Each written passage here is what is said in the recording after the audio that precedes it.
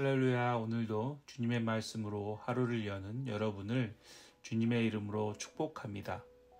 오늘 말씀을 통해 오늘도 우리에게 하나님을 계시할 것을 기대합니다.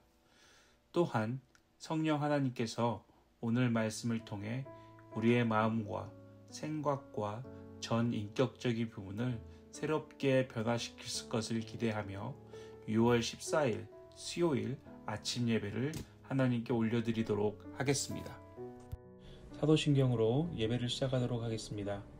전능하사 천지를 만드신 하나님 아버지를 내가 믿사오며 그 외아들 우리 주 예수 그리스도를 믿사오니 이는 성령으로 잉태하사 동정녀 마리아에게서 나시고 본디오 빌라도에게 고난을 받으사 십자가에 못 박혀 죽으시고 장사한 지 사흘 만에 죽은 자 가운데서 다시 살아나시며 하늘에 오르사 전능하신 하나님 우편에 앉아 계시다가 저리로서 산자와 죽은 자를 심판하러 오시리라.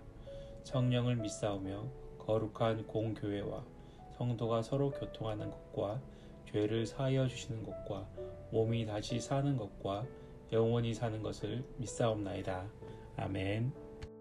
너희와 함께 있어서 너희 땅에서 가정을 이룬 자들 중에서도 그리할 수 있은즉 그들이 너희의 소유가 될지니라. 너희는 그들을 너희 후손에게 기업으로 주어 소유가 되게 할 것이라. 이방인 중에서는 너희가 영원한 종을 삼으려니와 너희 동족 이스라엘 자손은 너희가 피차 엄하게 부리지 말지니라. 만일 너와 함께 있는 거류민이나 동거인은 부유하게 되고 그와 함께 있는 내 형제는 가난하게 되므로 그가 너와 함께 있는 거류민이나 동거인 또는 거류민의 가족의 후손에게 팔리면 그가 팔린 후에 그에게는 속량받을 권리가 있나니 그의 형제 중 하나가 그를 속량하거나 또는 그의 삼촌이나 그의 삼촌의 아들들이 그를 속량하거나 그의 가족 중 그의 살부치 중에서 그를 속량할 것이요 그가 부유하게 되면 스스로를 충량하되 자기 몸이 팔린 해로부터 희년까지를 그 산자와 계산하여 그 연수를 따라서 그 몸의 값을 정할 때에 그 사람을 섬긴 날을 그 사람에게 고용된 날로 여길 것이라. 만일 남은 해가 많으면 그 연수대로 팔린 값에서 속량하는 값을 그 사람에게 도로 주고 만일 희년까지 남은 해가 적으면 그 사람과 계산하여 그 연수대로 속량하는 그 값을 그에게 도로 줄지며 주인은 그를 매년의 삿꿈과 같이 여기고 내 목전에서 엄하게 부르지 말지니라.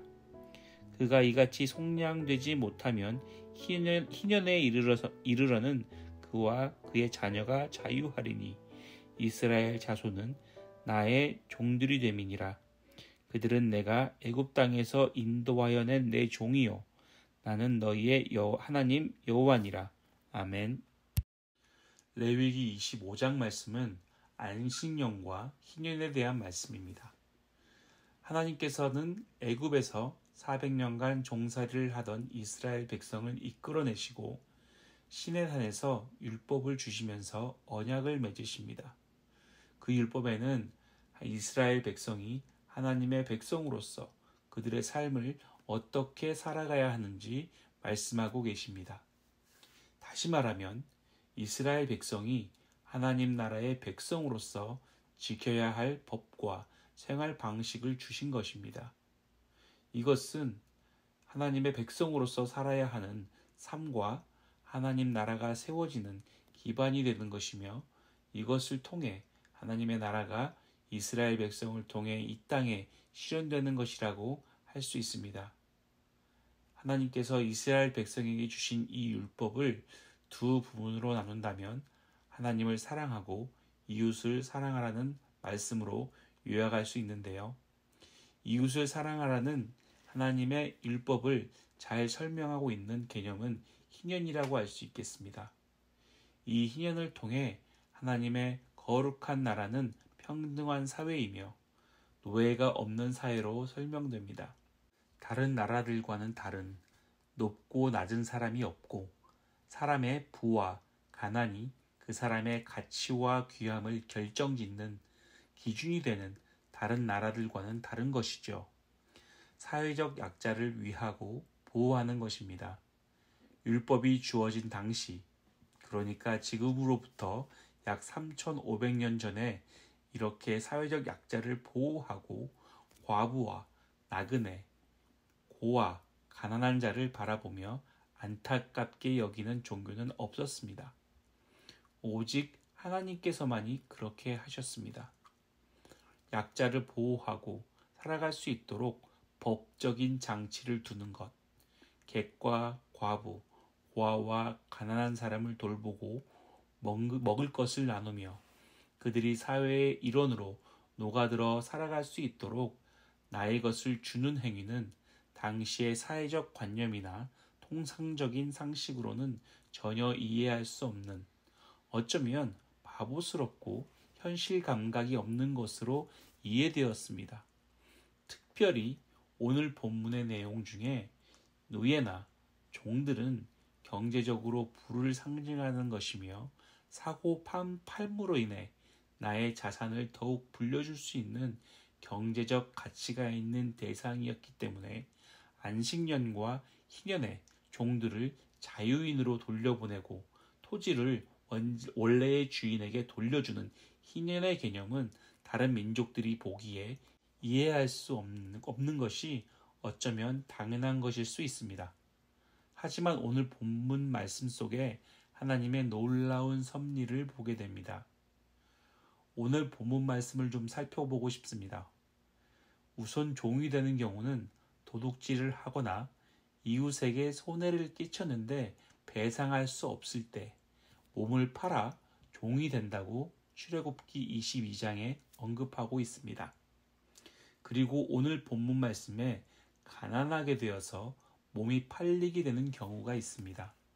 이렇게 몸이 팔려서 종이 되는 경우에는 이방 나라들이 종을 대하듯 혹독하게 부리지 말라고 말씀하십니다. 여기서 부리다는 함부로 대하지 말라는 것입니다. 인격적으로 모독하지 말고 함부로 대하지 말고 짓밟지 말라는 것이죠. 요즘 뉴스를 보면 돈 좀 있다고 하는 사람들이 직원들을 인격적으로 모독하거나 함부로 대하는 일들이 참 많습니다. 유명한 항공사 사장들로부터 작은 레스토랑 사장들까지 자신의 이익을 극대화하기 위해서 직원들을 쥐어짜서 착취하는 일들이 참 많습니다. 또 돈 좀 있다고 갑질을 하면서 직원들을 하대하고 무시하면서 상대적 우월감을 느끼기도 합니다. 우리는 이것을 부린다고 함축해서 이야기할 수 있을 것입니다. 하나님은 이것을 금지하십니다. 그렇게 착취하고 중노동을 시키지 말고 품꾼이나 동거인과 같이 대해주라고 말씀하십니다. 품꾼은 삭을 받고 일하는 사람입니다.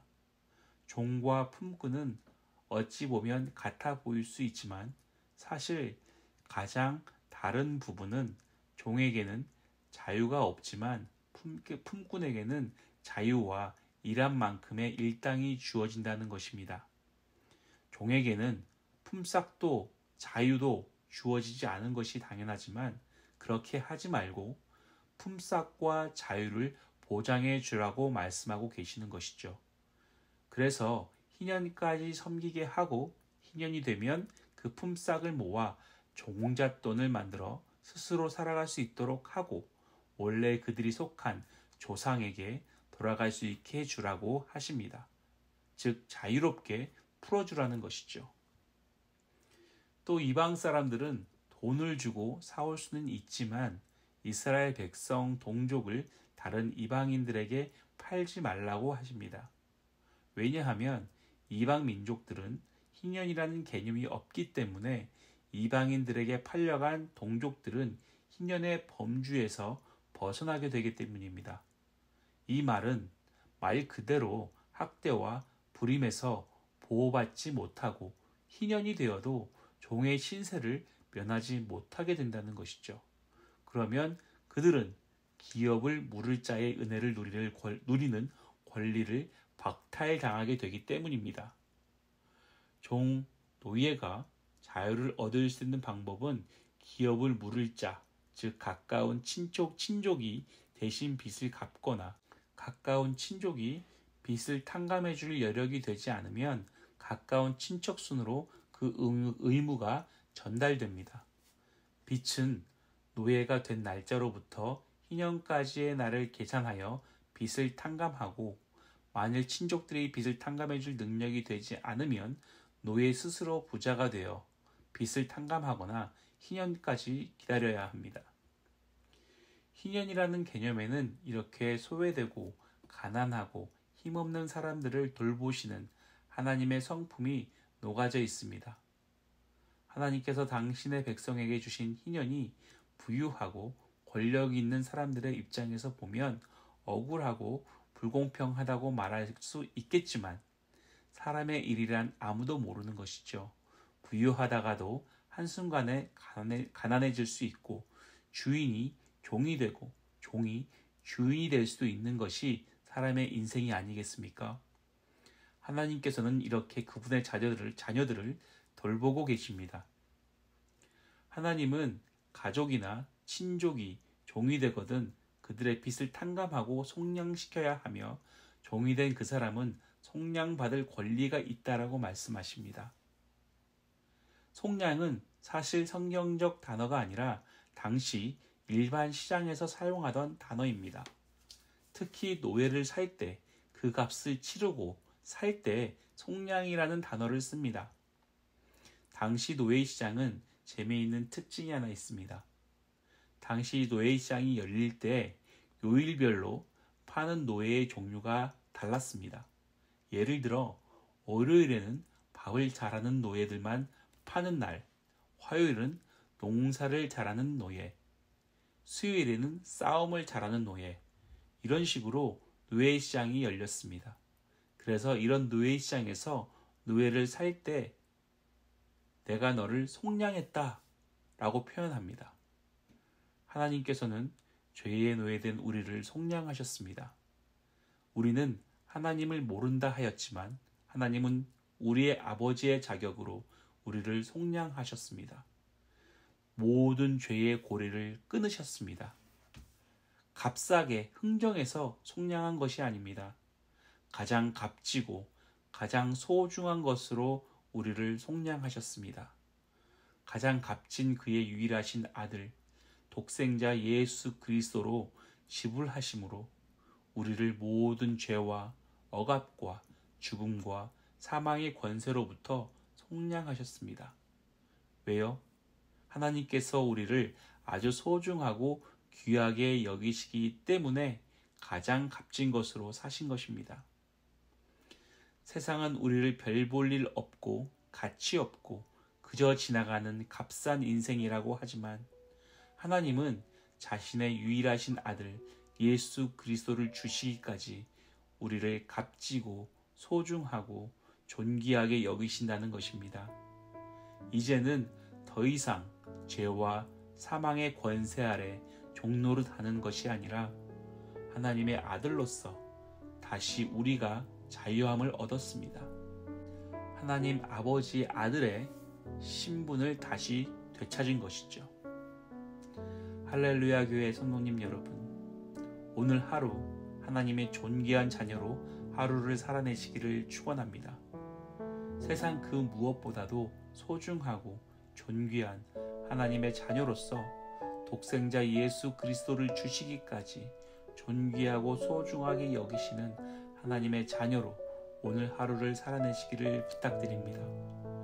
오늘도 사업장에서, 학교에서, 또 직장에서, 가정에서 직원을, 또 부하 직원을, 자녀들을 소중하고 친절하게 대해주시기를 부탁드립니다.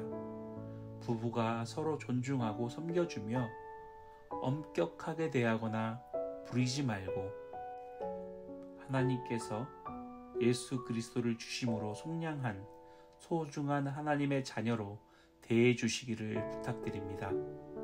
그래서 하나님의 성품과 긍휼이 자비가, 사랑이 여러분을 통해 흘러가기를 축복합니다.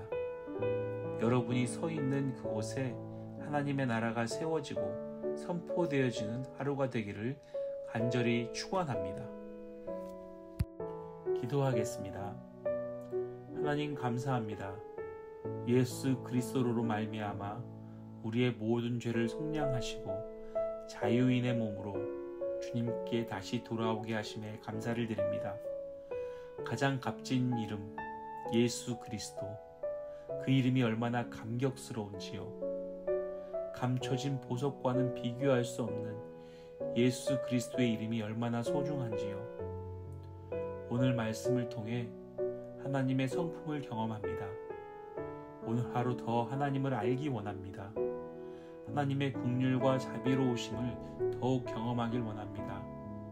그리고 나를 통해 하나님의 긍휼과 자비로우심이, 하나님의 사랑이 내 이웃과 내 가정과 내 직장과 사업체에 그리고 학교에 흘러가기 원합니다.